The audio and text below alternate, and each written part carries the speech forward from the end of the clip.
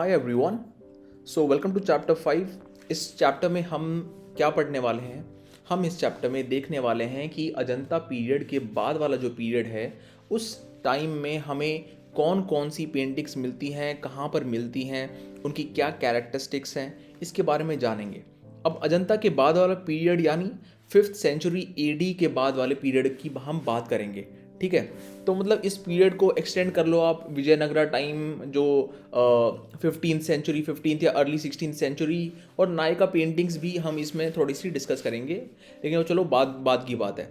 तो मतलब कि अजंता टाइम पीरियड के बाद में जो हमें पेंटिंग्स मिली हैं, यानी 5th सेंचुरी एडी के बाद में जो हमें पेंटिंग्स देखने को मिलती हैं, वो हम इस चैप्टर में डिस्कस करने वाले हैं। तो चलो शुरू करते हैं। देखो, एक बात आपको पता होनी चाहिए, और हमने पिछले चैप्टर में ये डिस्कस भी किया था कि देखो अजंता पेंटिंग्स जो थी, specially in cave number 1, 2, 16 and 17, काफ़ी अच्छी पेंटिंग्स थी वो। ठीक है, अब तक मतलब अच्छी फॉर्म में प्रिजर्व हो रखी हैं। ठीक है, क्योंकि देखो पेंटिंग्स तो बहुत सारी अच्छी ही हैं। ठीक है, उस टाइम में जितनी भी पेंटिंग्स बनती थी वो बहुत ही लाजवाब होती थी, इसमें कोई भी डाउट नहीं है, कोई शक नहीं है। लेकिन हम बात कर रहे हैं कि अभी प्रेजेंट फॉर्म में कौन सी ऐसी पेंटिंग है जो मतलब कि प्रिजर्व हो रखी हैं। ठीक है, यानी मतलब ख़राब नहीं हुई हैं। नेचुरल फैक्टर्स जो होते हैं, हीट हो गया, विंड या कोल्ड, ठीक है, या फिर रेन, उनकी वजह से जो है वो पेंटिंग्स ख़राब नहीं हुई हैं। ठीक है, अब तक प्रिजर्व्ड हैं। तो ऐसी बहुत ही कम साइट्स हैं। ठीक है, ऐसी बहुत कम आपको देखने को मिलेंगी जगह जहाँ पर आप यूँ कह सकते हो कि हाँ, ये वाली पेंटिंग्स जो हैं अब तक वैसी की वैसी ही हैं। ठीक है, तो चलो ठीक है। अब आगे आगे हम देखते हैं कि जैसे अजंता का पीरियड ख़त्म हुआ और उसके उसके बाद वाले पीरियड में हम स्टार्ट करते हैं, तो हम देखते हैं कि जो केव एक्सकवेशन अजंता वाले पीरियड में हमने देखने को मिली थी। ठीक है, फर्स्ट सेंचुरी बीसी से, ठीक है, धीरे धीरे ओवर द सेंचुरीज हमने केव एक्सकवेशन देखी। अजंता में काफ़ी सारी जो है खुदाई करी गई अलग अलग राजाओं के द्वारा, तो वो कंटिन्यू होती है चीज़, आगे वो भी कंटिन्यू हो जाती है। और सदर्न साइड में हम बात करेंगे स्टार्टिंग में अभी, कि सदर्न साइड में डेक्कन रीजन में जो है वो वही ट्रेंड हमें देखने को मिलता है। तो जैसे कि केव खोदी जाती थी, तो उसी टाइम पर जो है स्कल्पचर भी बनाए जाते थे। अब ऐसा तो है नहीं कि ठीक है केव खोद के रख दी और 100 150 साल बाद जो है इसमें स्कल्पचर बनाने शुरू करेंगे, ऐसा तो होता नहीं है। ठीक है ना, कॉमन सी बात है कि आप अगर केव खोद रहे हो तो उसमें उसको डेकोरेट भी तो करोगे, ठीक है ना, उसमें पेंटिंग भी तो करोगे। तो मतलब कि ये जो ट्रेंड है वो कंटिन्यू हुआ। ठीक है, वो कंटिन्यू होता गया, और सदर्न साइड में भी हमें उसके ट्रेंड देखने को मिलते हैं, वही क्वालिटीज़ डेक्कन रीजन में हमें देखने को मिलती हैं, जिसके बारे में हम अभी बात करेंगे। ठीक है, तो स्कल्पटिंग और पेंटिंग जो है, ठीक है, वो दोनों एक टाइम पर ही होती थी, साइमल्टेनियसली ही होती थी। ठीक है, हम यही मानते हैं, समझ रहे हो।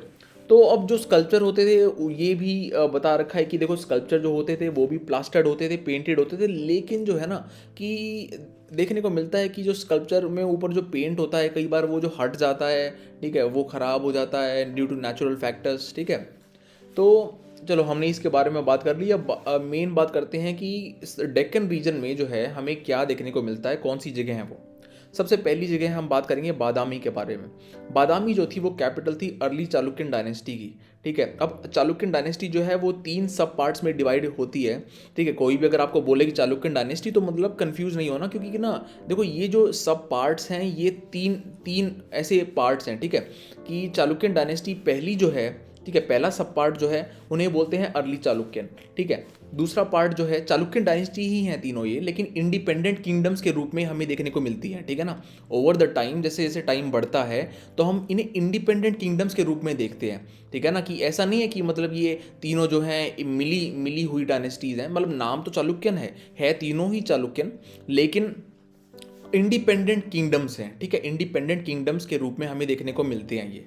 तो पहले जो है उन्हें बोलते हैं हम अर्ली चालुक्यन। ठीक है, वो आते हैं बादामी में। बादामी जो है उनकी कैपिटल होती है, कर्नाटका में ही है। ठीक है, कर्नाटका के अंदर बादामी है, बादामी उनकी कैपिटल है। अर्ली चालुक्यन डायनेस्टी बोलते हैं उनको। ठीक है ना, 543 से 598 सीई यानी एडी तक जो है उनका लगभग रूल रहा है। ठीक है ना, लगभग अप्रॉक्सीमेटली। तो ये जो आप अर्ली चालुक्यन डायनेस्टी के बारे में हम अभी बात कर रहे हैं, ये जो है वाकाटका डायनेस्टी जो थी उसी रीजन में, डेक्कन रीजन में ही थी वाकाटका डायनेस्टी, और वो गुप्ता डायनेस्टी के कंटेम्प्रेरी थी। यानी गुप्ता डायनेस्टी जैसे जैसे जो है 320 एडी के आसपास, 325 एडी के आसपास जो जैसे उनका रूल सेटअप हुआ, ठीक है, नॉर्दर्न इंडिया में, नॉर्दर्न इंडियन सब कॉन्टिनेंट में, तो उसी टाइम पे जो है वाकाटका डायनेस्टी जो है डेक्कन रीजन में हमें देखने को मिलती है, ठीक है, कंटेम्प्रेरी टू गुप्ता डायनेस्टी। और कब तक चलती है वाकाटका? 500 एडी तक जो है उनका रूल मतलब अप्रॉक्सीमेटली चलता है।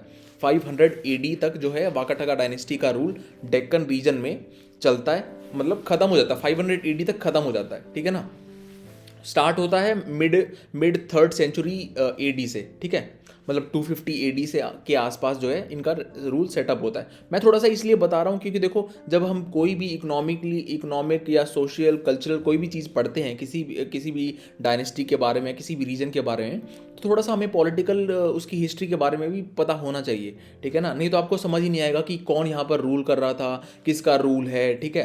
तो ये बात भी थोड़ी ध्यान में होनी चाहिए, हम इसको पूरा स्किप नहीं कर सकते ऐसे, ठीक है ना। पॉलिटिकल हिस्ट्री भी थोड़ी बहुत आपको दिमाग में होनी चाहिए। तो ठीक है, वाकाटका रूल को ओवरटेक करके जो है अर्ली चालुक्यन डायनेस्टी आई थी डेक्कन रीजन के अंदर, ठीक है। अर्ली चालुक्यन की बात कर रहे हैं हम, ठीक है। एक तो है अर्ली चालुक्यन, दूसरी है कल्याणी वाले चालुक्य, ठीक है, कल्याणी चालुक्य बोलते हैं उनको, या फिर वेस्टर्न चालुक्य बोलते हैं, ठीक है। और तीसरी जो है वो है वेंगी चालुक्य, ठीक है, जो वेंगी रीजन से आंध्रा में जो वेंगी रीजन है वहाँ से वो रूल करते थे। तो ये 3 सब पार्ट्स हैं चालुक्यन डायनेस्टी के, ठीक है। आई होप बात समझ में आ गई होगी। तो अब क्या हुआ था कि चालुक्यन डायनेस्टी ने वाकाटका डायनेस्टी को ओवरटेक किया, ठीक है, और वो डेक्कन रीजन में अपना दबदबा बना लिया। तो जो ये चालुक्यन डायनेस्टी थी, ठीक है, इसमें हमें 3 रूलर के नाम यहाँ पर दिए गए हैं, मतलब इंटरकनेक्टेड ही हैं। मंगलेश जो थे, Mangalesh ruler, he was a Chalukyan ruler. तो वो जो है एक अच्छे पेट्रन थे बादामी केव्स के। बादामी में जो केव्स खोदी गई हैं उन्होंने उस चीज़ को काफ़ी सपोर्ट किया, ठीक है ना। केव की खुदाई में जो है उन्होंने मतलब सपोर्ट किया, और क्या बोलते हैं, जो आर्टिस्ट थे बेसिकली, जो पेंटर थे, स्कल्प्टर थे, उनको सपोर्ट किया।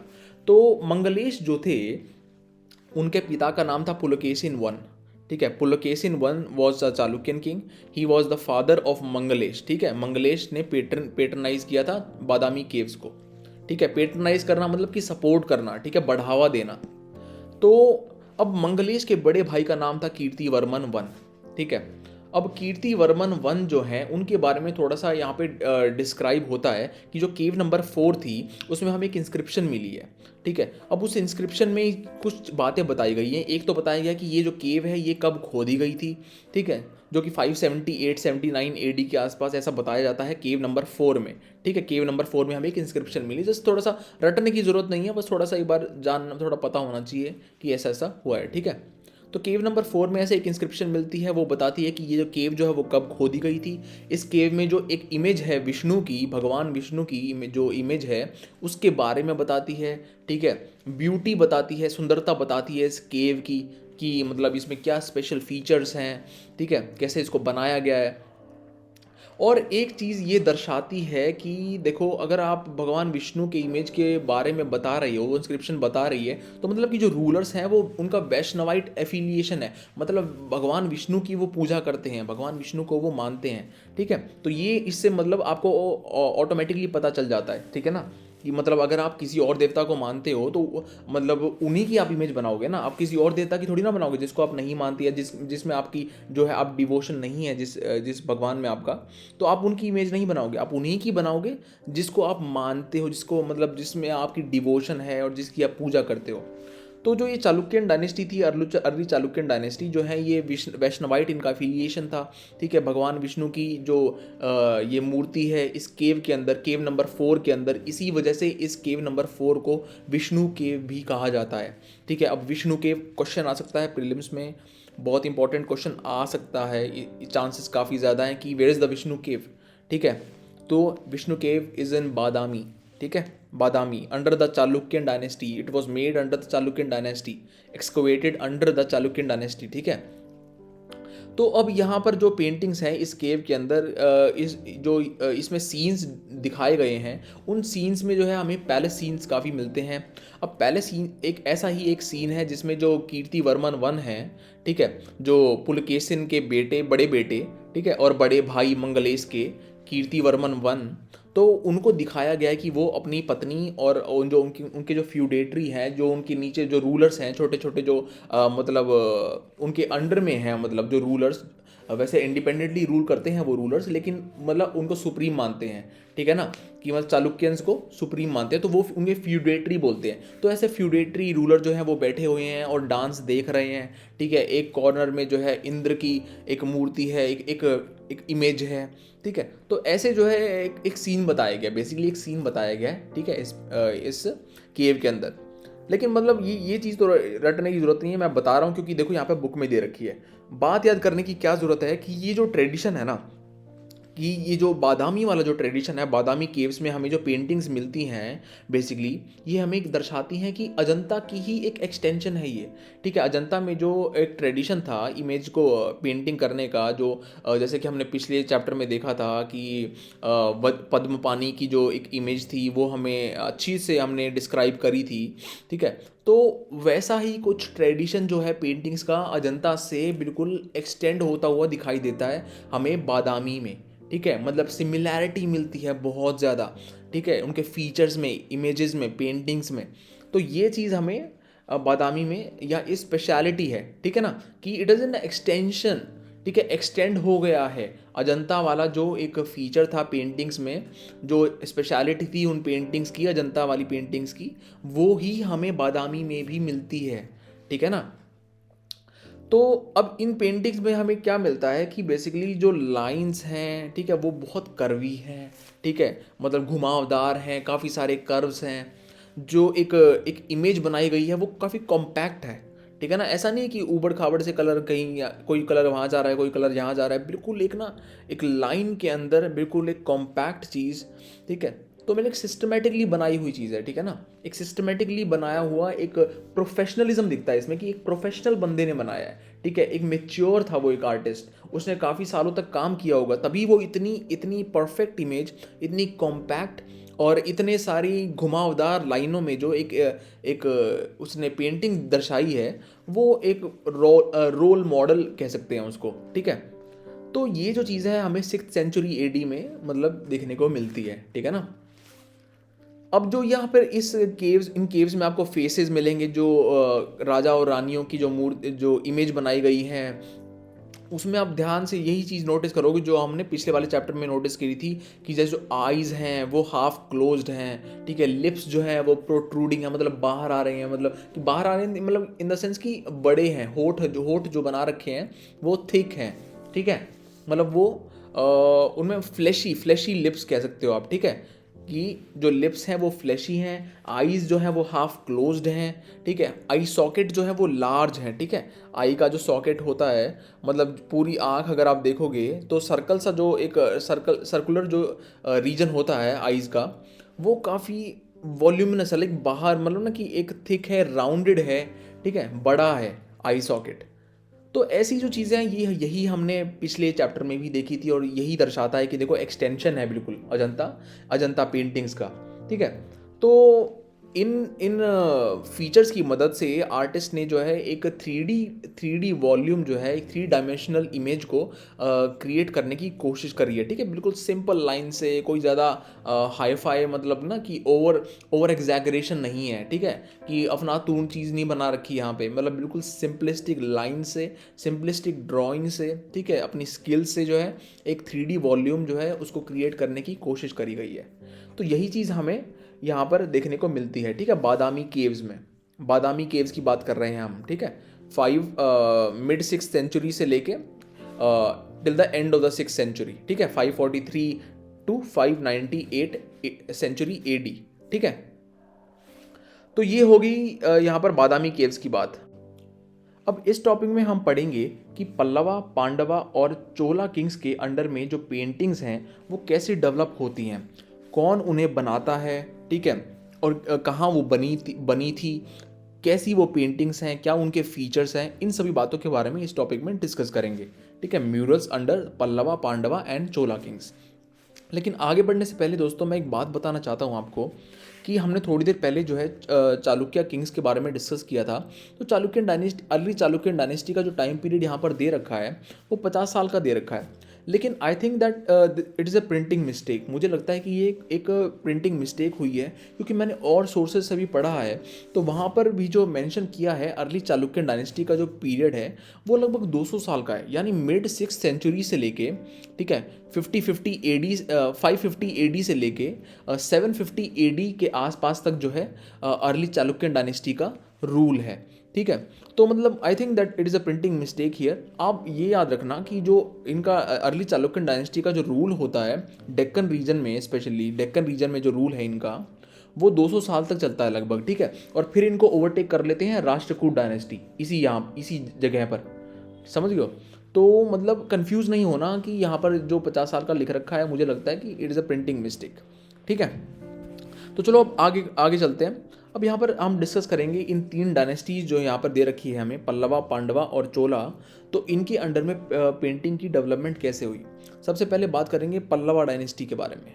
तो देखो पल्लवा डायनेस्टी जो है वो वैसे स्टार्ट तो होती है 3rd सेंचुरी जब एंड हुई थी। ठीक है, 3rd सेंचुरी AD जो है उसके एंड होते होते जो है पल्लवा डायनेस्टी का स्टार्ट होता है। ठीक है, यानी 290 AD के आसपास जो है पल्लवा डायनेस्टी आती है गद्दी पे।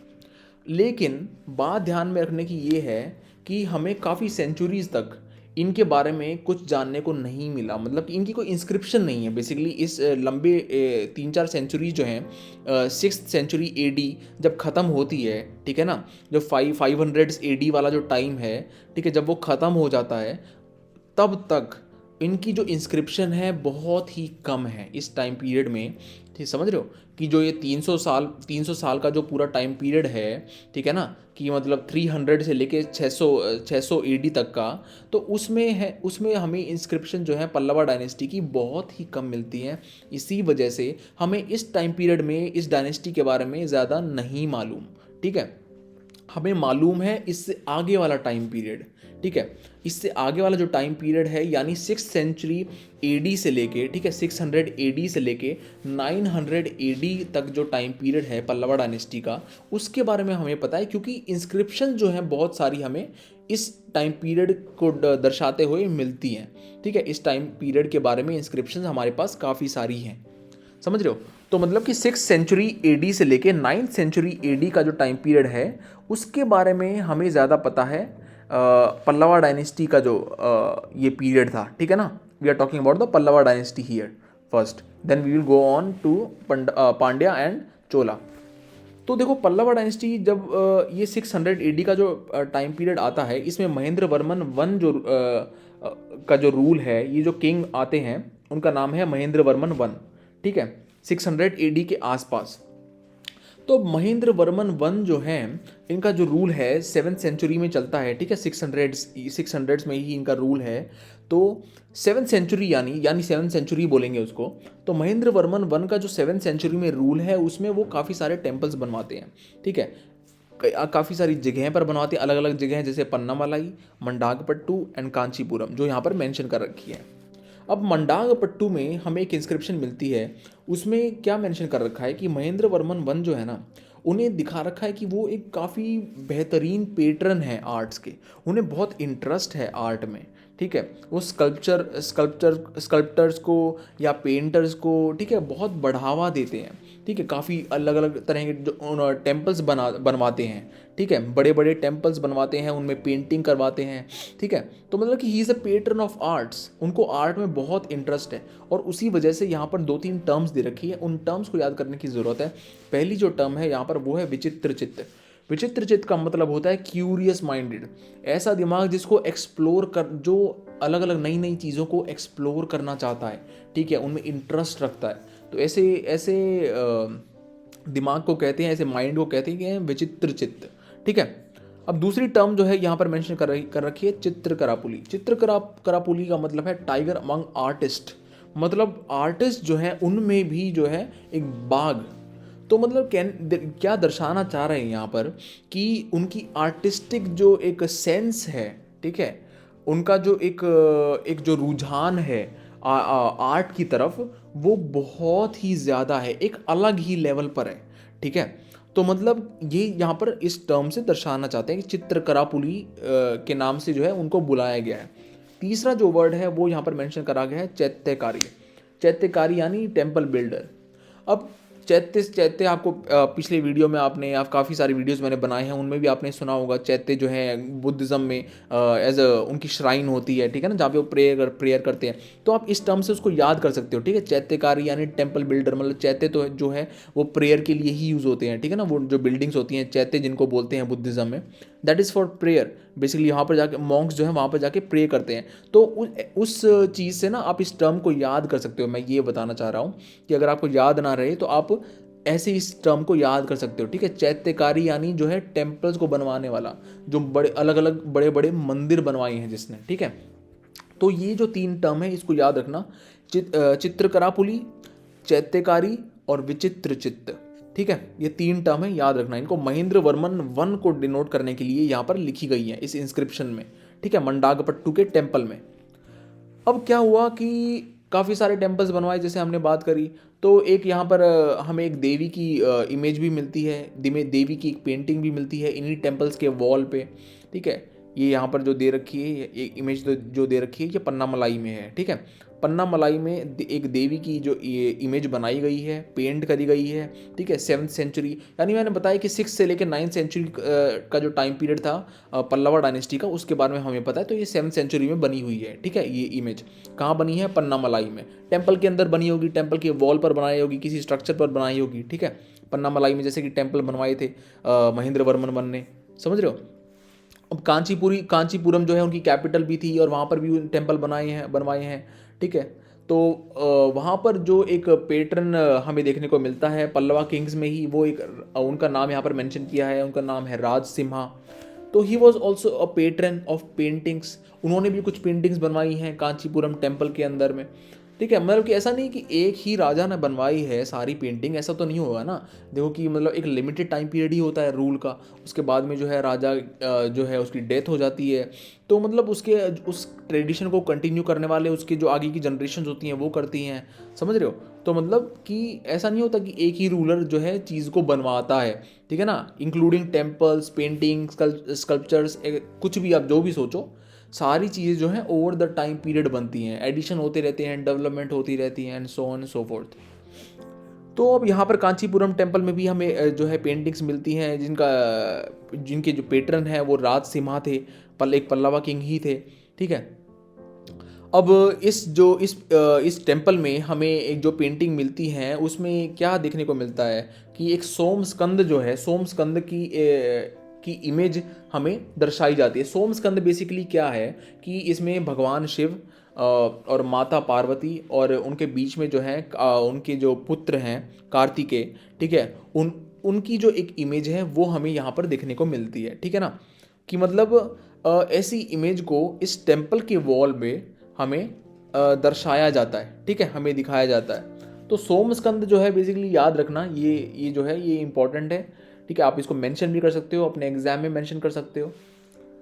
तो अब यहाँ पर कैरेक्टरिस्टिक्स थोड़ी सी बताई गई हैं। फेस जो है वो राउंड है, बड़े हैं, और ऑर्नामेंटेशन है, मतलब ज्वेलरी वगैरह जो है वो अच्छी तरह से मेंशन करी है। और इस पिक्चर में भी देखो आप, अगर ये वाली जो पिक्चर है पन्ना मलाई वाली, तो इसमें भी आपको ज्वेलरी दिखेगी। ठीक है ना, ये जो देवी हैं इनके सर पे जो क्राउन है और इनके नेक पे अगर आप देखो तो काफ़ी सारी ज्वेलरी दिख रही है आपको। ठीक है ना, इनके हाथ पे भी। तो मतलब कि ornamentation was also a famous good feature of these images. ठीक है ना, तो हमें बस बेसिकली ऊपर ऊपर का याद होना चाहिए कि ऐसा ऐसा होता था। ठीक है, अब स्पेसिफिकली ये याद करने की ज़रूरत नहीं है कि कौन सी केव में बिल्कुल एग्जैक्टली उस इमेज में क्या हुआ था, ऐसा नहीं। हमें ओवरऑल जो है ओवरऑल फीचर्स याद होने चाहिए। ठीक है ना, ओवरऑल जो है हमें पता होना चाहिए कि क्या क्या उनके फीचर्स होते थे ऐसी इमेजेस के, मतलब उस टाइम पीरियड में, इस डायनेस्टी के टाइम पीरियड में। अब टॉर्सो जो है थोड़ा सा इलोंगेटेड मिलता है, ये भी यहाँ पर मेंशन कर रखा है। आगे चलते हैं, पांड्या डायनेस्टी के बारे में बात करते हैं। अब पांड्या डायनेस्टी जो है वो उनका जो टाइम पीरियड है हम उसको दो पार्ट में डिवाइड करेंगे। ठीक है, एक तो है सिक्स सेंचुरी एडी से लेकर 10th सेंचुरी एडी तक का टाइम पीरियड। दूसरा जो टाइम पीरियड है वो मिलता है हमें 13th और 14th सेंचुरी एडी में। ठीक है, ये 2 टाइम पीरियड हमें देखने को मिलते हैं। इससे पहले एक और भी मिलता है टाइम पीरियड, लेकिन वो काफ़ी पहले है, वो बीसी में आता है। ठीक है, मतलब थर्ड या फोर्थ सेंचुरी बीसी में आप देखोगे कि चोला चेरा पांड्या जो है, संगम लिटरेचर, आपको अगर याद होगा, आपने अगर मेरे पिछले वीडियोस देखे हैं तो उनमें जो है हमें चोला चेरा पांड्या मिलते हैं 3rd century 4th century AD के आसपास जो है हमें देखने को मिलते हैं सदर्न साइड में। लेकिन हम अभी बात कर रहे हैं एडी की, ठीक है ना, बीसी की बात नहीं कर रहे हम। बीसी में 3rd 4th सेंचुरी बीसी की बात नहीं कर रहे, हम एडीज की बात कर रहे हैं। तो एडीज में हमें 2 टाइम पीरियड ही मिलते हैं पांड्या डायनेस्टी के, देखी जाती है मेनली जब सदर्न साइड में। ठीक है, सदर्न साइड में मदुराई में, बेसिकली मदुराई में इनका कैपिटल आपने सुना भी होगा, मदुराई में जो है पांड्याज ऑफ मदुराई सुनने में भी कई बार आता है। तो पांड्या डायनेस्टी जो है अब 6th सेंचुरी से एडी से लेके 10th सेंचुरी एडी और उसके बाद में 13th और 14th सेंचुरी एडी 2 ग्रुप में हमें देखने को मिलती है। ठीक है, 2 टाइम पीरियड में देखने को मिलती है। तो अब इनके टाइम पीरियड में हमें कुछ केव्स मिलती हैं जिनका नाम यहाँ पर दिया हुआ है। एक तो है तिरुमलाईपुरम केव्स और दूसरी है जैन केव्स एट सीतनवत्सल। ठीक है, अब ये 2 प्रकार की जो 2 केव्स हैं यहाँ पर दे रखी हैं, जिनका नाम यहाँ पर दे रखा है। याद कर लेना, नाम बहुत ज़रूरी है, ठीक है ना, क्योंकि ये मेंशन करना होता है आपको एग्जाम के अंदर। ठीक है, जब भी आप आंसर लिखोगे तो आपको पता होना चाहिए कि ये जो केव्स हैं किस डायनेस्टी से रिलेटेड हैं, किसने खुदवाई हैं ये। ठीक है, अब मैं एग्जाम्पल भी दिखा देता हूँ। यहाँ पर एग्जाम्पल दे रखा है कि देखो सीतनवत्सल जो केव्स हैं उनका एग्जाम्पल, सीतनवत्सल जैन केव्स हैं। यहाँ पर तीर्थंकार की आपको इमेजेस भी मिलेंगी, जैन तीर्थंकार जो है उनकी इमेजेस बना रखी हैं सीलिंग के ऊपर। तो इन केव्स में आपको ऐसी इमेजेस भी देखने को मिलेंगी, यहाँ पर जो इमेजेस दिखा रखी हैं। तो this is about the early Pandya period, यानी मतलब 6th सेंचुरी और 8th सेंचुरी जो 6th सेंचुरी एडी और 10th सेंचुरी एडी के बीच का जो टाइम पीरियड है उसी में ये जो है बनी है, यानी 9th सेंचुरी यहाँ पर मेंशन कर रखा है। ठीक है, तो ये हो गया सीतनवत्सल का एग्जाम्पल, जो जहाँ पर जैन केव्स जो है हमें मिलती हैं। एक तिरुमलाईपुरम जो है वहाँ पर भी केव्स हैं। ठीक है, वहाँ पर भी हमें पांड्या डायनेस्टी की जो एक आर्ट और आर्किटेक्चर है वही देखने को मिलता है। अब आगे चलते हैं।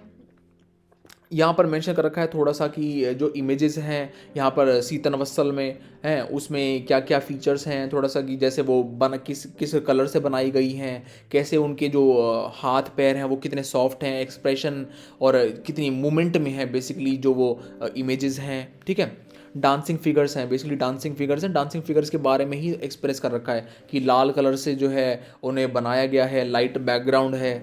तो ऐसी ऐसी जो है ये कुछ फीचर्स यहाँ पर दे रखे हैं। ठीक है, रटने की ज़रूरत नहीं है, बस ये पता होना चाहिए कि कौन कौन सी केव्स हैं वो पांड्या डायनेस्टी ने बनवाई थी, कब बनवाई थी। ठीक है, थोड़ा सा अगर इनके बारे में अगर आप याद भी कर सको देन ठीक है, दैट इज़ बेस्ट। लेकिन अगर याद ना रहे तो ठीक है, इट्स ओके। ठीक है, रटने की ज़रूरत नहीं है, बस थोड़ा सा ये पता होना चाहिए, बार बार अगर पढ़ोगे तो याद अपने आप हो जाएगा। वही आईज़ इनकी इलोंगेटेड होती थी, जो है आंखें जो हैं कई बार ऐसा लगता था कि बिल्कुल 3D एक इफेक्ट आ रहा है। तो वही जो चीज़ें हैं बेसिकली वही कंटिन्यू होती रहती हैं। हम हर जगह जो है इन्हीं इमेजेस को देखते हैं। इस इमेज में भी पन्ना मलाई वाली जो इमेज है, ठीक है, इसमें भी आपको आईज़ जो है काफ़ी इलोंगेटेड दिख रही हैं। ठीक है ना, लेकिन ये जो है पल्लवा डायनेस्टी की है हम, लेकिन अभी बात जो कर रहे हैं वो पांड्या डायनेस्टी की कर रहे हैं। तो ठीक है, चलो पांड्या डायनेस्टी के बारे में भी हमने बात कर ली। ठीक है, पांड्या डायनेस्टी के बारे में हमने देख लिया। वही फीचर है, मेनली वही फीचर है, इलोंगेशन ऑफ आईज। ठीक है, 3D एक इफेक्ट आता है, समझ रहे हो कि जो मूवमेंट देखने को मिलती है, जो लिम्स हैं वो काफ़ी सॉफ्ट हैं, एक्सप्रेशन भी काफ़ी अच्छा है। येलो कलर से जो है बॉडी को बनाया गया है, एक रेड कलर का भी यूज़ किया गया है, बैकग्राउंड जो है वो काफ़ी लाइट है।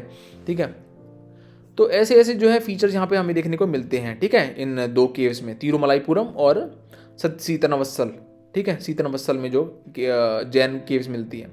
अब आगे आते हैं चोला डायनेस्टी के बारे में। ठीक है, चोला डायनेस्टी में जो है हमें काफ़ी सारे टेम्पल्स देखने को मिलते हैं, बहुत बड़े बड़े टेम्पल्स देखने को मिलते हैं। बात करते हैं तो ये जो चोला वाला जो टाइम पीरियड था ये बेसिकली चलता है 9th सेंचुरी एडी से लेकर 13th सेंचुरी एडी तक। ठीक है, एक जो था वो बीसी में चलता था, जिसके बारे में मैंने अभी बताया आपको कि 3rd 4th सेंचुरी बीसी के आसपास चोला चेरा पांड्या जो है सदर्न इंडिया में मिलते हैं हमें देखने को। ठीक है, लेकिन उस पीरियड के बारे में हम बात नहीं कर रहे अभी, हम बात कर रहे हैं 9th सेंचुरी एडी से लेकर 13th सेंचुरी एडी तक। अब इस टाइम पीरियड के बीच में जो है पीक वाला पीरियड जो होता है वो आता है 11th सेंचुरी एडी के आसपास, जब राजा चोला हमें देखने को मिलते हैं। ठीक है, Raja Chola was the Chola king of course. तो उन्होंने बनवाया था बृहदेश्वर टेम्पल। ठीक है, बृहदेश्वर टेम्पल को हम राजा राजेश्वर टेम्पल भी कहते हैं। ठीक है, because it was made by Raja Raja Chola. ठीक है, राजा राजा चोला जो किंग थे, चोला किंग थे वो, उन्होंने ही बृहदेश्वर टेम्पल को बनवाया था, इसीलिए उसको राजा राजा राजेश्वर टेम्पल भी बोल देते हैं कई बार, या फिर बृहदेश्वर टेम्पल भी बोल देते हैं। It is situated in Thanjavur. ठीक है, थांजावुर या तंजोर, तंजोर कहते हैं मॉडर्न टाइम पीरियड में, तो उसको तंजोर कहते हैं। तो it was situated, it is situated. ठीक है, वॉज नहीं, अब भी सिचुएटेड है, अब भी है वहाँ पर। तो इट इज़ इन तांजावुर। ठीक है, थांजावुर में, या फिर तंजोर भी कह सकते हो। तो एक ये हो गया, एक एग्जाम्पल है। ठीक है, चोला टाइम पीरियड में। दूसरा एग्जाम्पल जो है गंगाई कोंडा चोलापुरम में। ठीक है, गंगाई कोंडा चोलापुरम में आपको जो टेम्पल मिलता है वो बनवाया है राजा राजा चोला के पुत्र ने। उनका नाम था राजेंद्र चोला। तो राजेंद्र चोला के द्वारा जो बनवाया गया टेम्पल है गंगाई कोंडा चोलापुरम में है वो। ठीक है, काफ़ी मासिव टेम्पल है, बहुत बड़ा है और बहुत एलैबोरेटली डेकोरेट कर रखा है। कभी जाना, अगर आप वहाँ पे पास में रहते हो तो ज़रूर जाना। तीसरा जो टेम्पल हमें देखने को मिलता है, एक और एग्जाम्पल, काफ़ी अच्छा एग्जाम्पल है, वो है दारासुरम में। ठीक है, तो वो बनवाया था राजा राजा चोला टू ने। समझ रहे हो? तो इन जो रूलर्स हैं, इन्होंने ये बड़े बड़े टेम्पल बनवाए हैं, और Brihadeeswara temple is the biggest temple of whole country. ठीक है, पूरे भारतवर्ष में सबसे बड़ा जो टेम्पल है वो बृहदेश्वर टेम्पल है, जो भगवान शिव से डिवोटेड है। ठीक है ना, भगवान शिव के लिए वहाँ पर जो है शिवलिंग बनाया है, काफ़ी बड़ा शिवलिंग है। तो you should go to this temple, और आपको देखना चाहिए कि कितने एलैबोरेटली यहाँ पर डिज़ाइन करी गई हैं मूर्तियों को। तो काफ़ी अच्छा है, काफ़ी बहुत सुंदर है और बहुत मान्यता है। तो अब बात करते हैं थोड़ी चोला पेंटिंग के बारे में। चोला पेंटिंग हमें नर्तमलाई में भी मिलती हैं, और बृहदेश्वर टेम्पल जो है उसके अंदर भी मिलती है। बृहदेश्वर टेम्पल के अंदर जो बनाई गई पेंटिंग्स हैं वो बहुत इंपॉर्टेंट है। ठीक है, वो काफ़ी ज़्यादा इंपॉर्टेंट है, और उसके बारे में हमें जो है हमें कैसे पता चलता है। पहली बात तो यह है कि देखो, हमें ना 2 लेयर मिलती हैं। ठीक है, पेंटिंग की हमें जो है 2 लेयर मिलती हैं इस टेम्पल में। लेकिन ये जो टेम्पल है, इसमें ऊपर वाला जो लेयर है वो है नायक पीरियड की। ठीक है, नायक पीरियड में जो बनी हुई पेंटिंग्स हैं नायक डायनेस्टी के द्वारा 16वीं सेंचुरी के आसपास, वो वाली लेयर जो है वो ऊपर कवर कर देती है नीचे वाली लेयर को। ठीक है, श्राइन के आसपास आपने सुना होगा, जब हमने बात भी करी है, गर्भगृह में जहाँ पर जो मेन इमेज होती है भगवान की, उसके चारों तरफ एक रास्ता होता है। ठीक है, जहाँ पर डिवोटी जो है चक्कर काटते हैं और प्रे करते हैं। तो उस वॉल के ऊपर जो है, और इंटीरियर जो वॉल है वो, ठीक है, जो चक्कर काटने वाली, तो उसके ऊपर वाला जो लेयर है वो नायक पीरियड में बनी थी, नायक डायनेस्टी में बनवाई थी 16वीं सेंचुरी। लेकिन हमें पता नहीं चला कि उसके नीचे भी एक लेयर है। ठीक है, नीचे वाली लेयर जो है वो चोला पीरियड में बनी थी। ठीक है, चोला पीरियड में वहाँ पे पेंटिंग हुई थी। तो वो वाली जब हमने खोदी, जब हमें पता चला, तो इतनी सारी हमें इमेजेस देखने को मिली, जैसे कि भगवान शिव की। ठीक है, शिव इन कैलाश पर्वत। ठीक है, जो भगवान शिव से ही रिलेटेड है। फिर एज अ नटराज भी जो है भगवान शिव की एक, हमने डिस्कस भी करा है पहले कि हमने डिस्कस करा, या आगे करेंगे, शायद करेंगे, अभी तक तो नहीं करा।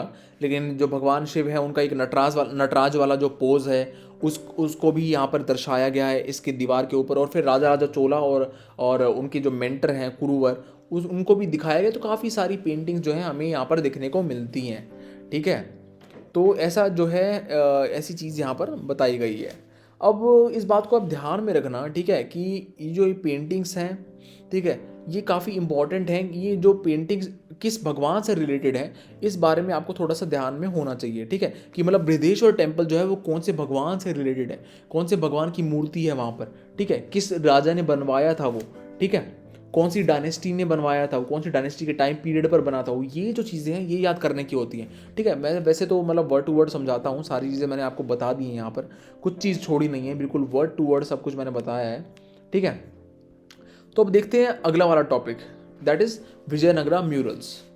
अब विजयनगरा एम्पायर का जो टाइम पीरियड था उसमें हमें कैसी पेंटिंग देखने को मिलती हैं, कौन बनाता है उन्हें, क्या फीचर्स हैं उन पेंटिंग्स के, कहाँ वो बनी हैं, एक्सेट्रा एक्सेट्रा। तो चलो शुरू करते हैं। देखो, हमने बृहदेश्वर टेम्पल के बारे में तो बात कर ली थी। ठीक है, बृहदेश्वर टेम्पल में हमें क्या जो ये नैरेटिव्स मिलते हैं, थोड़ी देर पहले ही हमने बात करी थी। अब इसकी कंटिन्यूटी हम आगे जो है एक नया फॉर्म, एक नया तरीका जो है पेंटिंग्स को दर्शाने का, वो हमें दिखाई देता है, that is in Vijayanagara empire. अब विजयनगरा एम्पायर कैसे सेटअप हुआ, कब सेटअप हुआ? विजयनगर एम्पायर तब आया जब चोला डायनेस्टी जो है उसका डिक्लाइन हुआ, ठीक है। अब हमने बात करी थी कि चोला डायनेस्टी जो है वो 9 से लेकर 13 सेंचुरी एडी तक रहती है पावर में। तो जैसे ही 13 सेंचुरी एडी में चोला डायनेस्टी का डिक्लाइन हुआ, वैसे ही विजयनगरा एम्पायर जो है 14 सेंचुरी में ऊपर आया। विजयनगरा एम्पायर की कैपिटल थी हम्पी, एंड हम्पी से लेके त्रिची का जो रीजन है वो इस डायनेस्टी के, इस एम्पायर के अंडर में आ गया। हम्पी वॉज देयर कैपिटल, ठीक है। तो अब क्या हुआ कि ये जो एक एम्पायर था, इसमें हमें अलग अलग प्रकार के पेंटिंग्स देखने को मिलती हैं, एक अलग फॉर्म देखने को मिलती है बेसिकली, कि एक अलग तरीका जो है वो डेवलप करा गया है यहाँ पे। वो तरीका क्या है उसके बारे में थोड़ी देर में हम देखते हैं, लेकिन पहले पहले ये बात करते हैं कि देखो एक जगह थी तिरुपारा कुंड्रम, ठीक है। अब यहाँ पे जो ये त्रिची के पास में है, तिरुचिरापल्ली के पास में है, तो ये जो जगह थी यहाँ पर हमें विजयनगरा स्टाइल का एक अर्ली फेज देखने को मिलता है, ठीक है। एक तो बात ये होगी कि यहाँ पर हमें एक विजयनगरा स्टाइल का एक अर्ली फेज मिलता है, ठीक है। पेंटिंग का एक अर्ली फेज होता है वो यहाँ पर देखने को मिलता है। यहाँ पर जो पेंटिंग्स मिली है तिरुपारा कुंड्रम में 14 सेंचुरी में हुई है। अब अगली बात क्या है कि हम्पी में आप अगर देखो तो एक फेमस टेम्पल है जिसका नाम है वीरूपक्षा टेम्पल, ठीक है।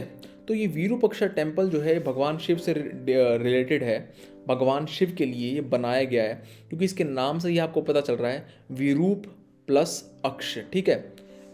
The one who has a special form of eye, ठीक है। विरूप का मतलब होता है एक स्पेशल फॉर्म, एक डिस्टिंक्ट फॉर्म, समझ रहे हो। और अक्ष का मतलब होता है आँख। तो यानी कोई ऐसा जिसकी आँख जो है एक स्पेशल फॉर्म है उसकी आँख की, ठीक है। और हमें पता है कि भगवान शिव की 3 आँख होती हैं, ठीक है। कि जब उनकी जो तीसरी आँख खुलती है तो वो मतलब एक उनका एंगर वाला फेज होता है, समझ रहे हो, उनका रुद्र अवतार होता है जब उनकी 3rd आई खुल जाती है। तो मतलब हम जानते हैं कि ये इस नाम से भगवान शिव को ही डिनोट किया गया है, विरूपक्ष, ठीक है, विरूप अक्ष, समझ रहे हो। तो विरूपक्षा टेम्पल जो है ये हम्पी में, इसमें आपको काफ़ी सारे नैरेटिव मिलेंगे देखने को, जैसे कि रामायण से रिलेटेड या महाभारत, या फिर विद्यारण्य जो है एक he was a spiritual teacher, ठीक है, ऑफ बुकार्य Harsha.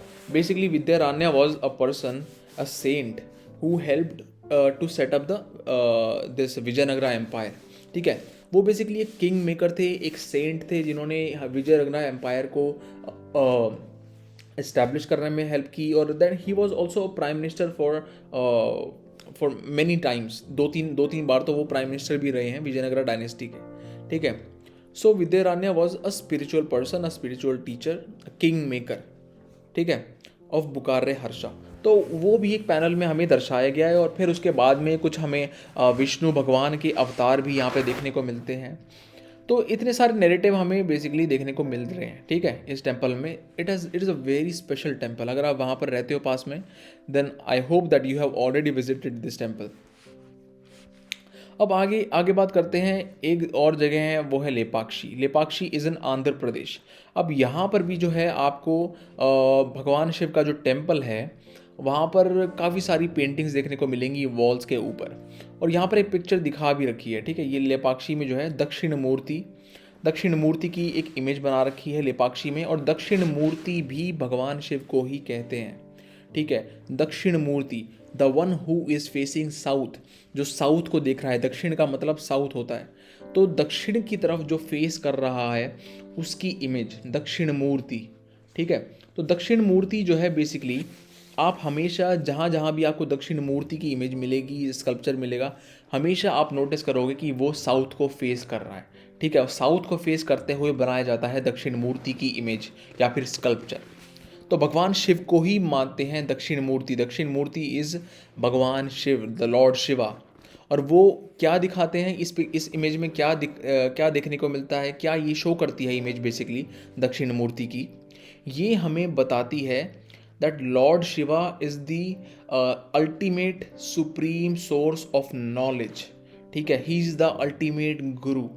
If you do not have Guru, pray to Bhagwan Shiv, and if you are lucky then you will get a god in a human form, ठीक है। But the ultimate source of knowledge, ultimate reality is भगवान Shiv, is Lord Shiva, ठीक है।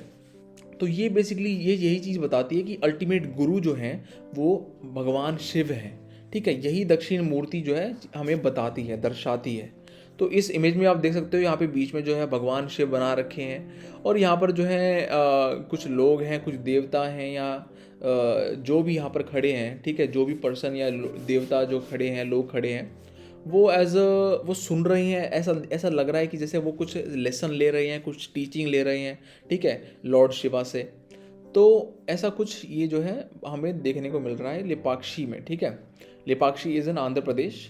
तो वहाँ पर जो temple है भगवान शिव का, उसकी वॉल्स के ऊपर, ठीक है। ये एक और चीज़ हो गई, हमने बात कर ली, ठीक है। एक विरूपक्षा टेम्पल था, एक अभी लेपाक्षी में हो गया, ठीक है। दोनों ही भगवान शिव से रिलेटेड हैं, ठीक है, उन्हीं से डिवोटेड हैं। अब हमें विजयनगरा टाइम में एक नई पिक्टोरल लैंग्वेज देखने को मिलती है, जिसके बारे में मैंने अभी थोड़ी देर पहले बता रहा था। तो पिक्टोरल लैंग्वेज क्या है? ये एक तरीका है बेसिकली एक इमेज को दिखाने का, ठीक है, कि भाई आप पेंट जो करोगे वो कैसे कर रहे हो, ठीक है, वो क्या फीचर है उसमें नया। तो वो जो चीज़ है यहाँ पर हमें एक नई नई प्रकार से देखने को मिलती है, एक नया तरीका मिलता है। अब वो नया तरीका क्या है? अब इस इमेज में देखो कि जो ये लेपाक्षी में ये जो इमेज दिख रही है आपको, ठीक है, वीरभद्र टेम्पल की, इसके टेम्पल के बारे में मैं बताऊंगा अभी थोड़ी देर बाद में। तो ये जो टेम्पल है, ठीक है, ये वीरभद्र टेम्पल जो है लेपाक्षी में, अब इसमें आप इमेज को देखोगे अगर, तो आपको आपको लगेगा ना कि मतलब एक प्रोफाइल काइंड ऑफ एक इमेज है, ठीक है ना। एक साइड से आपको देखने को मिलती है कि आपका जो वन साइड ना, फेस का जो वन साइड है वो आपको देखने को मिल रहा है, ठीक है। तो एक डिस्टिंक्ट तरीका है, ठीक है ना, एक इमेज को दर्शाने का कि भाई दूसरा साइड नहीं दिख रहा है आपको, बस एक साइड ही दिख रहा है, लाइक एज अ प्रोफाइल, ठीक है। प्रोफाइल पिक बोलते हैं ना हम कि भाई this is my profile pic. तो प्रोफाइल पिक में आप क्या लगाते हो? प्रोफाइल पिक में आप अपना फेस दिखाते हो ना, आप अपना साइड फेस दिखाते हो या आगे का फेस दिखाते हो। मतलब कहने का मतलब ये है कि जो फेस को दिखाने का जो तरीका है ना, फेस को डिपिक्ट करने का तरीका है, वो बहुत ही अलग है, ठीक है। आपको ऐसा इमेज जो है वो पहले नहीं मिलेगी, ठीक है ना। पहली इमेज में ऐसा जो फेस है ना वो नहीं मिलेगा इस तरीके से दिखाया हुआ, समझ रहे हो। और एक 2 डायमेंशनल चीज़ भी इसमें एक और इसका फीचर है कि देखो, आप अगर इसमें नोटिस करोगे कि 3D इफेक्ट नहीं आपको देखने को मिलेगा, कि लेकिन इट्स लाइक अ 2 डायमेंशनैलिटी, ठीक है ना। 2D में चीज़ दिखाई जा रही है, 2D है ये, ठीक है। समझ रहे हो ना कि 2D का मतलब, तो आई होप कि आपको पता होगा 2D और 3D में क्या डिफरेंस होता है, ठीक है। तो 2D वाला एक इफेक्ट आ रहा है यहाँ पे, 3D वाला इफेक्ट नहीं आता। और आईज़ को भी अगर आप नोटिस करो तो आईज़ भी काफ़ी लंबी हैं, ठीक है ना, इलोंगेटेड है आईज़। अब एक और चीज़ जो है आपको यहाँ पर देखने को मिलेगी वो है रेक्टिलिनियर कंपार्टमेंट्स। अब रेक्टिलिनियर का मतलब क्या होता है? रेक्टिलिनियर का मतलब होता है कि स्ट्रेट लाइन, ठीक है। स्ट्रेट लाइन मतलब कि जो 90 डिग्री पे जैसे काटती हो एक दूसरे को। तो ऐसे जो कंपार्टमेंट हैं उनमें आपको ये ऐसी इमेजेस देखने को मिल रही हैं, ठीक है। उनमें ऐसी इमेजेस मिलेंगी, ऐसा नहीं कि कोई बाउंड्री नहीं है, बिल्कुल एक स्पेसिफाइड बाउंड्री है, एक स्पेसिफाइड जगह है, ठीक है। रेक्टिलिनियर जगह है बेसिकली, रेक्टिलिनियर कंपार्टमेंट है, रेक्टिलिनियर एक स्पेस है, ठीक है। रेक्टिलिनियर का मतलब क्या होता है? सीधा, ठीक है। लाइन जो है वो लाइन है, सीधी लाइन है, ठीक है। तो ऐसे कंपार्टमेंट में आपको जो है ये कंपोजिशन मिलेंगी, ये पेंटिंग्स देखने को मिलेंगी, ठीक है। तो ये कुछ फीचर्स हैं यहाँ पे हमें जो दिखते हैं। अब मैं बताने वाला था आपको वीरभद्र टेम्पल के बारे में थोड़ा सा। देखो, वीरभद्र जो टेम्पल है ना वो है लेपाक्षी में, ठीक है। अब वीरभद्र टेम्पल की बेसिकली थोड़ी स्टोरी मैं बता देता हूँ। अब यहाँ पर आपको दिख रहा है कि कुछ लेडीज़ खड़ी हुई हैं जो माता पार्वती की हेल्प करने के लिए। तो वीरभद्र टेम्पल का स्टोरी क्या है ये बताता हूँ मैं। वीरभद्र टेम्पल जो है वो भी भगवान शिव से ही डिवोटेड है, भगवान शिव के लिए ही है। अब स्टोरी क्या है वीरभद्र टेम्पल की? वो है कि देखो, जब माँ सती और भगवान शिव जो हैं, ठीक है, उनकी मैरिज हो गई थी। तो फिर एक बार क्या हुआ कि माता सती के जो फादर हैं, तो उन्होंने क्या किया कि एक बार एक यज्ञ रखा, ठीक है। एक यज्ञ को ऑर्गेनाइज किया, लेकिन उसमें भगवान शिव को नहीं बुलाया। लेकिन फिर क्या हुआ कि माता सती जो है उनकी काफ़ी ज़्यादा मतलब देखो, एक जो डॉटर होती है उसको अपने फादर से और अपने पेरेंट्स से लगाव तो होता ही है, ठीक है, जनरल सी बात है। तो फिर माता सती ने क्या किया कि उन्हें इनवाइट नहीं किया था उनके फादर ने, ठीक है, because he did not like भगवान शिव, ठीक है। मतलब he did not want to basically intentionally, ठीक है, इनवाइट लॉर्ड शिवा। लेकिन माता सती जो है वो चली गई और वहाँ पे मतलब अपने पेरेंट्स के पास में, ठीक है, यज्ञ में जो है यज्ञ ऑर्गेनाइज किया था जो उनके फादर ने। और फिर इस वजह से जो है क्या हुआ कि उनके फादर ने काफ़ी ज़्यादा बेइज्जती की, ठीक है, बेइज्जती करी भगवान शिव की। और इसको जो है सुनकर माता माता सती जो है उनको बहुत दुख हुआ, ठीक है। और इस वजह से ही उन्होंने अपने आप को जो है ना अपने आप को भस्म कर लिया, अपने अंदर की जो उनकी अग्नि है, ठीक है, उनकी जो प्योर जो उनका एक प्योरिटी की जो एक फ्लेम है उनके अंदर, ठीक है, और योगाग्नि कहते हैं उसको, ठीक है। तो अपनी योगाग्नि से या फिर अपने इंटरनल प्योरिटी की जो अपनी एक फ्लेम है उससे उन्होंने अपने आप को बर्न कर लिया। और फिर इसी वजह से जब भगवान शिव को ये बात पता चली तो उनका एक फियर्स, उनका एक एंगर वाला जो एक अवतार है ना वो देखने को मिला। और उन्होंने मतलब क्या हुआ कि उन्होंने ये जो यज्ञ था ये भी पूरा डिस्ट्रॉय कर दिया और अपने मतलब सब कुछ मतलब तहस नहस हो गया बेसिकली, कहने का मतलब। और फिर उस एक स्टोरी तो ऐसी भी है कि उसमें क्या बोलते हैं कि भगवान शिव जो है उनको थोड़ा सा क्या मतलब उनको सैडनेस हुई, उनको बहुत दुख हुआ, उनके आंखों से आंसू आए और उस आंसू से जो है क्या बोलते हैं ना वीरभद्र और भद्रकाली जो हैं वो पैदा हुए। तो मेरे एक ऐसी भी स्टोरी है। तो मतलब कहने का मतलब कि जो ये स्टोरीज होती हैं कि मतलब स्टोरीज तो नहीं दे रखी यहाँ पे, मैं थोड़ा सा आइडिया दे रहा हूँ आपको कि Virbhadra temple is a fierce form of भगवान शिव, ठीक है। कि मतलब जब उन्होंने जो है उस यज्ञ को तहस नहस कर दिया था, ठीक है, जिसमें मतलब माँ सती ने अपने आप को भस्म कर लिया था, ठीक है। माँ सती ने अपने हस्बैंड की, भगवान शिव की बेइज्जती नहीं सही मतलब नहीं सहना चाहती थी। और उस जब उन्होंने इतनी बेइज्जती सही उनकी, देन शी बर्न्ड हरसेल्फ। तो यही जो है थोड़ी एक स्टोरी है इस वीरभद्र टेम्पल की, ठीक है।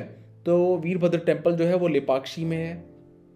बात समझ आ गई होगी। हमने डिस्कस कर लिया कि जैसे इमेजेस हैं ये बिल्कुल सिमिलर हैं लेपाक्षी में यहाँ पर, ठीक है। या फिर अगर हम दूसरा टेम्पल और कहीं देखें तो उनमें भी जो है मतलब बेसिकली विजयनगरा का जो एक स्टाइल है वो आपको समझना है, ठीक है ना। स्टाइल आपको समझ आ रहा होगा आई होप। अब आगे बात करते हैं कि नायका डायनेस्टी जो है, नायका डायनेस्टी भी सदर्न इंडिया में आती है, तमिल रीजन में आती है, लेकिन वो बाद में आती है, काफ़ी बाद में आती है, 17 और 18 सेंचुरी एडी के आसपास में आती है। तो कुछ जगह हैं जहाँ पर हमें उनकी पेंटिंग्स मिली हैं, जैसे वन ऑफ देम जो मैंने अभी थोड़ी देर पहले बताया था थिरुपाराकुंड्रम, वहाँ पर हमें विजयनगरा का अर्ली फेज़ की पेंटिंग भी मिलती है, ठीक है। तो यहीं पर हमें नायका डायनेस्टी की भी पेंटिंग मिली है, लेकिन नायका डायनेस्टी केम इन 17th और 18th सेंचुरी एडी के आसपास।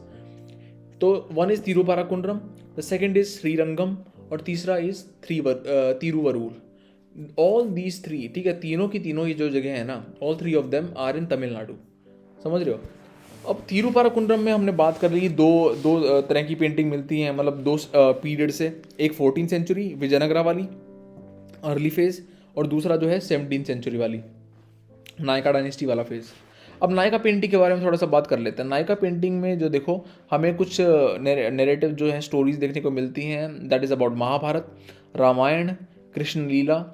और बेसिकली बात अगर हम मोटा मोटा देखें तो ये जो एक फेज़ है ना नायका डायनेस्टी की, जो ये इमेजेस हैं बेसिकली ये एक एक्सटेंशन ही है, ठीक है।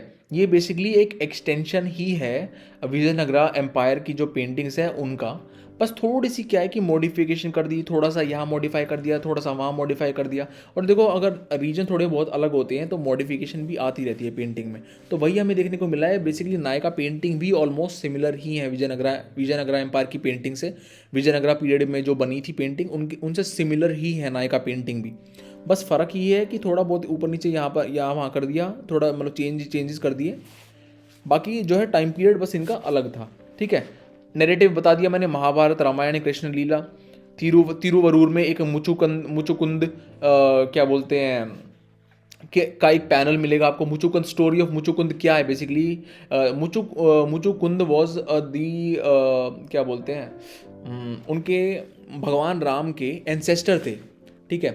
Muchukunda was the ancestor of lord Rama.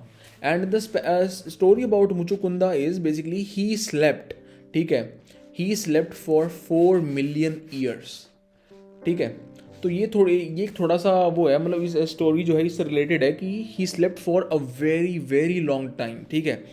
कि मतलब 4 मिलियन ईयर्स, आप समझ सकते हो कितना लंबा टाइम होता है वो, ठीक है। तो it was like more than Kumbhakarna, ठीक है। कुंभकर्ण भी नहीं सोया था इतने लंबे टाइम तक। तो ठीक है, मुचुकुंद की स्टोरी हमें तिरुवरूर में मिलती है, ठीक है ना। एक पैनल मिलता है जिसमें हमें मुचुकुंद की स्टोरी जो है देखने को मिलती है। Muchukunda was the ancestor of भगवान राम, ठीक है, लॉर्ड रामा, सूर्यवंश डायनेस्टी में, ठीक है, सूर्यवंश डायनेस्टी से ही बिलोंग करते हैं भगवान राम। अब चिदम्बरम जो है, चिदम्बरम जगह है, वहाँ पर हमें भगवान शिव और विष्णु से रिलेटेड थोड़ी पेंटिंग्स मिलती हैं, ठीक है, जिसमें भगवान शिव को जो है भिक्षताण मूर्ति, एज अ भिक्षताण मूर्ति दर्शाया गया है, दिखाया गया है, और भगवान विष्णु को एज अ मोहिनी दिखाया गया है। तो मतलब ऐसी भी स्टोरीज़ हैं, नेरेटिव्स हैं, ठीक है, जिनके बारे में पेंटिंग्स बनाई जाती हैं, चिदम्बरम में मिली हैं हमें ये। अब ये हमने देख लिया। इसके आगे अगर देखें, ये सारी हम बाद नायका पेंटिंग की कर रहे हैं, बात ध्यान में रखना, ठीक है, क्योंकि नायका डायनेस्टी भी साउदर्न इंडिया में ही तमिल रीजन में थी, और Nykaa dynasty had their capital in Madurai, ठीक है। तो मतलब ये सदर्न रीजन ही है, तमिल रीजन की ही बारे में बात कर रहे हैं, बिल्कुल टिप के आसपास जो है ये रीजन है, सदर्न टिप के आसपास। अब आगे आता है एक श्री कृष्णा टेम्पल, जो आरकोट डिस्ट्रिक्ट में है, देखने को मिलता है। हम यहाँ पर लगभग 60 पैनल मिलते हैं, जिसमें रामायण की जो स्टोरीज़ हैं, ठीक है, रामायण से रिलेटेड जो नेरेटिव्स हैं वो यहाँ पर दिखाए गए हैं, ठीक है। तो ये वाला जो श्री कृष्ण टेम्पल जो है आरकोट डिस्ट्रिक्ट में, आरकोट भी वहीं पर है, तमिलनाडु में ही है। तो आरकोट डिस्ट्रिक्ट में हमें जो ये पैनल मिलते हैं, इसमें ये लेट फेज़ दिखाता है, ठीक है। जो एक लेट फेज़ होता है, देखो अर्ली फेज़ होता है पेंटिंग का, फिर डेवलपमेंट होती है, फिर एक आखिरी फेज़ आ जाता है, ठीक है। तो आखिरी फेज़ जो है नायका पेंटिंग का, वो हमें यहाँ पर मिलता है श्री कृष्ण टेम्पल में, आरकोट डिस्ट्रिक्ट में। और नेरेटिव इसके मिलते हैं रामायण के, ठीक है, 60 पैनल, ठीक है, 60 पैनल बहुत ज़्यादा होते हैं, 60 पैनल एक स्टोरी को मतलब दिखाने के लिए, दर्शाने के लिए, ठीक है। तो मतलब कि ऐसा है, मतलब ये मैं इसीलिए बता रहा हूँ ताकि आप ध्यान में रखो, ठीक है, ताकि मतलब ये जो चीज़ें दिमाग में बैठ जाए कि आप एग्ज़ाम में लिख के आ सको इस चीज़ को, ठीक है। श्री कृष्ण टेम्पल के बारे में बात हो गई। अब नायका पेंटिंग मैंने बताया एक्सटेंशन है विजयनगरा स्टाइल का, बस थोड़ा बहुत चेंज कर दिया यहाँ वहाँ पर, और बाकी सब कुछ सेम है, ठीक है। मतलब जो थोड़ी जो वेस्ट हैं मेल फिगर की, वो थोड़ी सी स्लिम है। प्रोफाइल फिगर है, जैसे हमने पहले भी देखा, प्रोफाइल फिगर साइड से जो है, साइड से फेस दिखता है आपको, ठीक है, वो वाला फीचर जो है वो भी यहाँ पर भी मिलता है हमें देखने को। और फिर जो है एब्डोमेन जो है वो थोड़ा सा कम हैवी है compare to the Vijayanagara empire. वैसे थोड़े माइनर जो है चीज़ें हैं, माइनर फीचर हैं, इतना कुछ रटने की ज़रूरत नहीं है, इसमें कुछ याद ज़्यादा करने की ज़रूरत नहीं है। अगर नहीं भी याद रहे तो दैट्स ओके, बस ये याद रखना that it is an extension of Vijayanagara paintings, ठीक है। अब एक तिरुवलंजुली में हमें नटराज की पेंटिंग मिलती है देखने को, वो भी एक अच्छा एग्जाम्पल है of Nykaa painting, just an good example, आप उसको लिख के आ सकते हो, ठीक है ना, तिरुवलंजुली में। अब नटराज कौन है? नटराज भी भगवान शिव है, ठीक है। उनका जो फ्लेम, उनके चारों तरफ फ्लेम है, उनके जो बाल हैं, ठीक है, उनके बाल जो हैं वो फ्लेम सर्कुलर फ्लेम से टच हो रहे हैं, ठीक है, एक टांग पर वो खड़े हुए हैं। तो वो वाला भी जो एक पेंटिंग है वो यहाँ पर हमें मिलती है, and that belongs to Nayaka painting, ठीक है, नायका पीरियड से। तो इसके साथ में हमने जो है यहाँ पर कंप्लीट कर लिया विजयनगरा म्यूरल्स, ठीक है। अब आगे पढ़ेंगे हम केरला म्यूरल्स। अब इस टॉपिक में हम डिस्कस करने वाले हैं कि केरला में जो हमें पेंटिंग्स मिलती हैं वो कैसी है, उनके क्या फीचर्स हैं, हमें कहाँ कहाँ वो मिली हैं, और इन पेंटिंग्स को बनाने का जो आइडिया है वो कहाँ से आया है इन पेंटर्स को। तो देखो, जो केरला के पेंटर्स थे उन्होंने अपना ही एक नया तरीका, एक लैंग्वेज डेवलप करी है पिक्चर को दर्शाने की। अब वो जो पिक्चर है बेसिकली उसमें कहाँ से हमें कुछ फीचर्स मिलते हैं, स्पेशल फीचर्स मिलते हैं देखने को, वो कहाँ से मिलते हैं? जो नायका डायनेस्टी और विजयनगरा स्कूल जो हमने अभी थोड़ी देर पहले पढ़ा है, ठीक है, उनके जो फीचर्स हैं वो फीचर्स हमें यहाँ पर भी देखने को मिलते हैं, ठीक है, इन केरला पेंटिंग्स में देखने को मिलते हैं, ठीक है। अब मैं ये नहीं कह रहा हूँ कि वो बिल्कुल एग्जैक्टली वैसी थी, लेकिन उनके भी जो कुछ स्टाइलिस्टिक एलिमेंट हैं, उनके भी एक थोड़े बहुत जो फीचर्स होते हैं पेंटिंग में, वो एसिमिलेट करे गए हैं, वो मिलाए गए हैं इन केरला म्यूरल्स में, ठीक है। लेकिन उनका खुद का ही एक तरीका था, ऐसा नहीं कि उन्होंने कॉपी किया है, ऐसा बिल्कुल नहीं है। तो अब क्या हुआ कि ये जो पेंटर्स थे, केरला के जो पेंटर्स थे, इन्होंने आइडिया अलग अलग जगह से लिए हैं। स्पेसिफिकली अगर हम बात करें तो उस टाइम पे, ठीक है, इस पीरियड के बीच में 16 और 18 सेंचुरी के बीच में आपने पढ़ा भी होगा, ठीक है, कि कथकली जो डांस था वो नॉर्दर्न इंडिया में, स्पेशली नॉर्दर्न इंडिया में काफ़ी फेमस था, ठीक है, स्पेशली यूपी वाले रीजन में, यूपी बिहार वाले रीजन में। तो कथकली जो है एक डांस का फॉर्म है। और कलाम इजुत्थु क्या है, एक फ्लोर पेंटिंग करने का एक रिचुअल है केरला के अंदर। अब आप अगर साउथ इंडिया में रहते हो तो आपने देखा भी होगा कि कोई फेस्टिवल होता है, कुछ स्पेशल ओकेजन होता है, तो वहाँ पर जो है आपको फ्लोर पेंटिंग देखने को मिलेंगी, ठीक है। बहुत ओकेजन्स पे जो है ना कि फ्लोर पेंटिंग बहुत ही फेमस है, मतलब सदर्न इंडिया में स्पेशली, ठीक है। Not just in Kerala but also in Tamil Nadu and in the southern part, basically southern India. तो देखो ये वाला जो एक एक वो है ना तरीका है, मतलब एक जो रिचुअल है, ठीक है, कि पेंटिंग करने का, फ्लोर पेंटिंग करने का, या फिर एक जो डांस का फॉर्म है, ठीक है, ये जो आइडियाज़ हैं, ठीक है, यहाँ से उन्होंने आइडियाज़ लिए हैं बेसिकली। इन पेंटर्स ने इन इन फॉर्म्स को ऑब्जर्व किया और इन्होंने फिर जाना कि हाँ इस चीज़ को जो है हम अपनी पेंटिंग में मिला सकते हैं, एसिमिलेट कर सकते हैं, समझ रहे हो। तो मतलब कि ऐसा है कि नायका और विजयनगरा स्कूल से भी आइडिया ले लिए, और कथकली जो डांस फॉर्म है वहाँ से भी ले लिया, कलाम इजुत्तु है थोड़ा बहुत वहाँ से भी ले लिया, और फिर जो है मिल मिला के जो है इन्होंने अपनी पेंटिंग बनाई, जिसमें हमें काफ़ी अच्छी 3 डायमेंशनैलिटी देखने को मिलती है और वाइब्रेंट कलर मिलते हैं देखने को, ठीक है, कि मतलब ऐसे वाइब्रेंट कलर जो बिल्कुल ना कि एक नेचुरलिस्टिक और एक बेहतरीन बनाते हैं पेंटिंग को ना, एक स्पेशल एक उसमें ना 4 चांद लगा देते हैं बेसिकली। तो ऐसा जो है ना हमें इनकी पेंटिंग्स में देखने को मिला है, ठीक है, केरला म्यूरल्स में। तो अब अगर आप यहाँ पर देखो भी गए साइड में, अगर आपको नज़र आ रहा है तो यहाँ पर भगवान कृष्ण जो हैं उनकी एक इमेज है, ठीक है, वो बांसुरी बजा रहे हैं, गोपियाँ खड़ी हुई हैं। तो ये वाली जो इमेज है इसमें आप कलर को नोटिस करो, देखो कलर कितना रिच है बेसिकली, ठीक है, कितना जो ग्रीनिश और ब्लूइश सा जो कलर है, और मुझे नाम नहीं पता एग्जैक्टली इस कलर को क्या बोलते हैं, लेकिन कितना रिच है देखने में, मतलब देखने में ही एक फील आती है कि कैसे तो इस कलर को डेवलप किया होगा, समझ रहे हो। मतलब उस टाइम पर जो है मॉडर्न टेक्नोलॉजी नहीं थी, तो उस टाइम पर मतलब कैसे डेवलप किया होगा इतने अच्छे, मतलब इतने स्पेशल कलर को।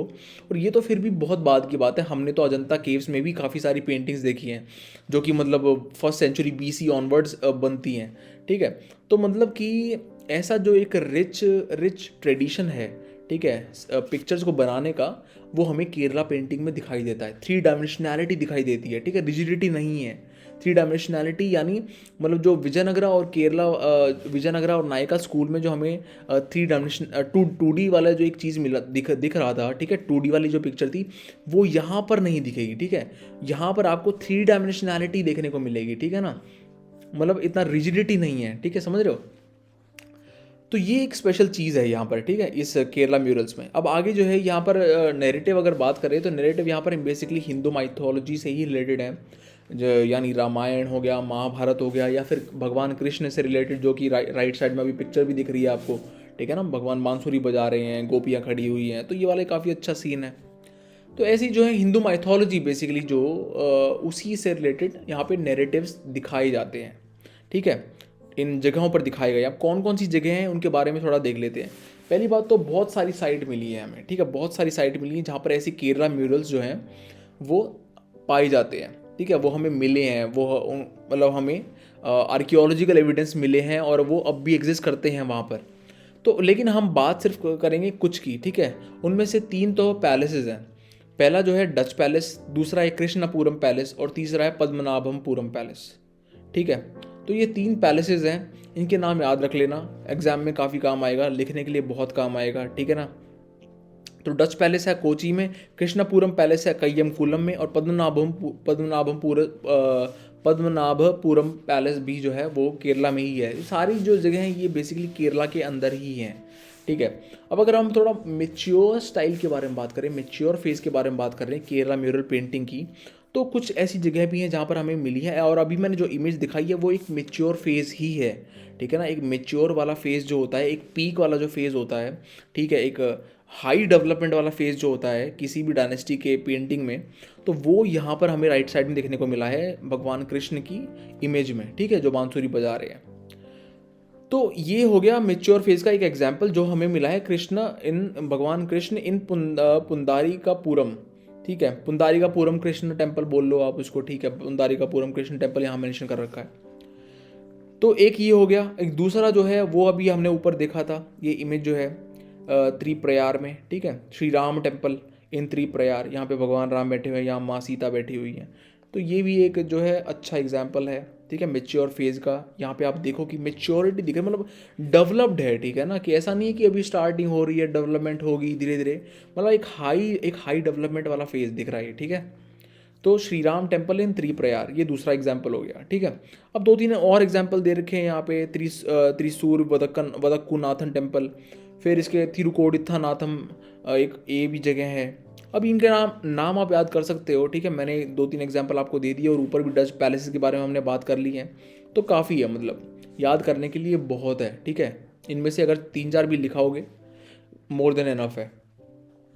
अब आगे हम बात करें, ठीक है, चलो ये तो हो गया, हमने केरला म्यूरल के बारे में बात कर ली।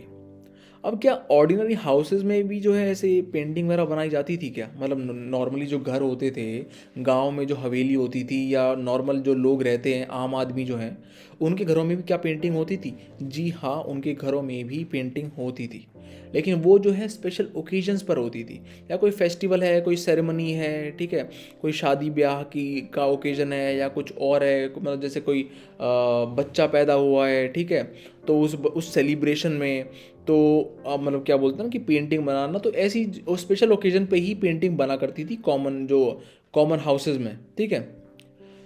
अब अगर थोड़ी सी हम बात करें ट्रेडिशनल फॉर्म्स की, म्यूरल्स के ट्रेडिशनल फॉर्म्स की, तो कुछ ऐसी म्यूरल पेंटिंग है, उनकी ऐसी फॉर्म है जो एक जगह पर ही मिलती है हमें, ठीक है, मतलब एक स्पेसिफिक जगह से रिलेटेड है।